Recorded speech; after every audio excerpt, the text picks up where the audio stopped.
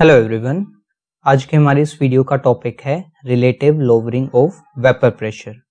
तो स्टार्ट करते हैं। मान लो हमारे पास कोई एक सॉल्वेंट है जिसमें हमने एक नॉन वोलेटाइल सॉल्यूट ऐड कर दिया है। तो जो रिजल्टेंट सॉल्यूशन होगा उसका वेपर प्रेशर हमेशा ज्यादा रहेगा हमारे प्योर सॉल्वेंट से। हम देख सकते हैं कि जो हमारे प्योर सॉल्वेंट के मॉलिक्यूल्स हैं उनके पास ज्यादा एरिया है एस्केप करने के लिए, जबकि जब हमने इसमें एक नॉन वोलेटाइल सोल्यूट ऐड कर दिया है तो कुछ स्पेस जो है वो नॉन वोलेटाइल सोल्यूट के मॉलिक्यूल्स ऑक्यूपाई कर लेते हैं। तो जो हमारा प्योर सॉल्वेंट है उसके मॉलिक्यूल्स के पास अब कम एरिया है इस सॉल्यूशन को एस्केप करने के लिए। इसी वजह से जो वेपर प्रेशर है सॉल्यूशन का वो कम हो गया हमारे प्योर सॉल्वेंट से। मान लो जो हमारे प्योर सॉल्वेंट का वेपर प्रेशर है वो है P1 नॉट और जो हमारे सॉल्यूशन का वेपर प्रेशर है वो है P1। हमें पता है कि जो P1 नॉट है वो बड़ा है P1 से।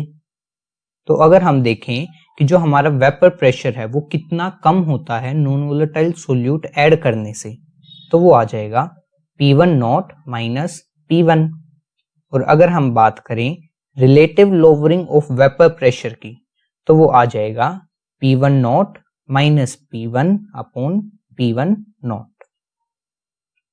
तो अगर हम ये देखें कि relative lowering of vapour pressure को डिफाइन कैसे करेंगे तो वो हो जाएगा the difference between the vapour pressure of pure solvent and that of solution is called lowering of vapour pressure and the ratio is called relative lowering of vapour pressure.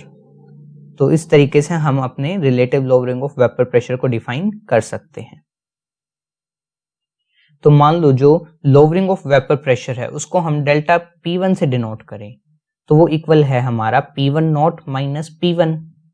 ये मान लो हमारी है इक्वेशन 1। और हमने राउल्ट्स लॉ वाली video में देखा था कि जो P1 है वो इक्वल होता है P1 नॉट Chi1। तो अगर हम इस P1 की वैल्यू को हमारी इक्वेशन 1 में पुट करें तो आ जाएगा delta P1 equal P1 not minus P1 not Chi1। अब हम देख सकते हैं कि दोनों टर्म्स में P1 नॉट है, तो अगर हम P1 नॉट को कॉमन निकाल लें तो हमारा आ जाएगा delta P1 equal P1 not into 1 minus Chi1। हमें पता है किसी भी सॉल्यूशंस में जितने भी कंपोनेंट होते हैं अगर हम उनके सब के मोल फ्रैक्शन को ऐड करेंगे तो हमारा 1 आ जाएगा। और जो अभी हमने सॉल्यूशन की बात की उसमें सिर्फ दो ही कंपोनेंट है, एक हमारा सॉल्यूट है और एक हमारा सॉल्वेंट। तो Chi1 प्लस Chi2 इक्वल आ जाएगा 1। और अगर हम यहाँ से Chi2 की वैल्यू निकालें वो आ जाएगा 1 माइनस Chi1। और अब हम इस वैल्यू को पुट कर सकते हैं इस इक्वेशन में, तो हमारा आ जाएगा delta P1 equal P1 not Chi2। और अगर हम यहाँ से Chi2 की वैल्यू निकाले वो आ जाएगा delta P1 upon P1 not equal Chi2। जो डेल्टा P1 है उसकी वैल्यू है P1 नॉट माइनस P1। और अगर हम इस वैल्यू को अपनी ऊपर वाली इक्वेशन में पुट करें तो आ जाएगा P1 not minus P1 upon P1 not equal Chi2। जो इस इक्वेशन की लेफ्ट हैंड साइड है वो है हमारी relative lowering of vapour pressure. तो इस इक्वेशन के बिहाफ पे हम कह सकते हैं कि जो हमारा relative lowering of vapour pressure है वो इक्वल होगा सोल्यूट के मोल फ्रैक्शन के इक्वल। जो मोल फ्रैक्शन है उस सोल्यूट का उसको निकालने का फॉर्मूला है Chi2 equal N2 upon N1 plus N2। ये जो N1 और N2 हैं ये हमारे सॉल्वेंट और सोल्यूट के नंबर ऑफ मोल्स। तो जो हमारा P1 not minus P1 upon P1 not है वो इक्वल हो जाएगा N2 upon N1 plus N2 के। अगर हम डाइल्यूट सॉल्यूशंस की बात करेंगे तो उसमें जो हमारा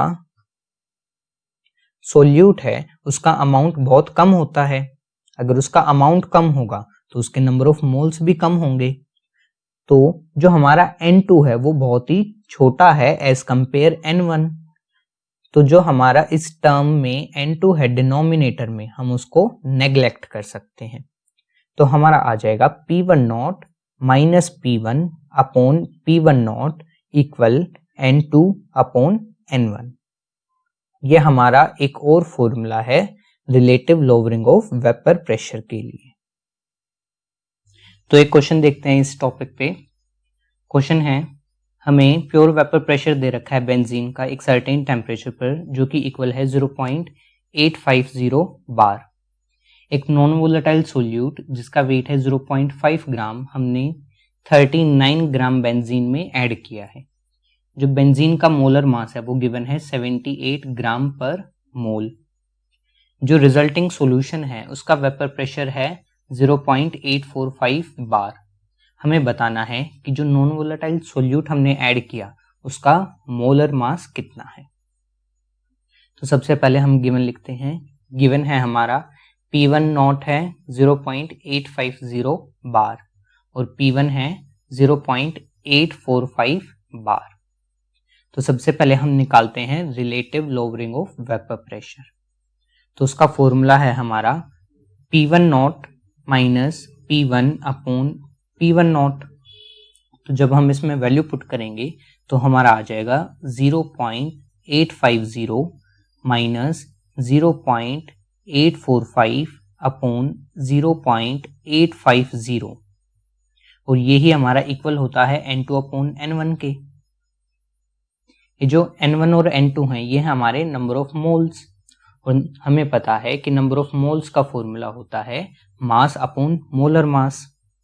तो जो N1 है उसकी वैल्यू आ जाएगी हमारी 39 अपॉन 78 और जो N2 है उसकी वैल्यू आ जाएगी 0.5 और उसका मास हमें निकालना है तो हमने उसको मान लिया M2।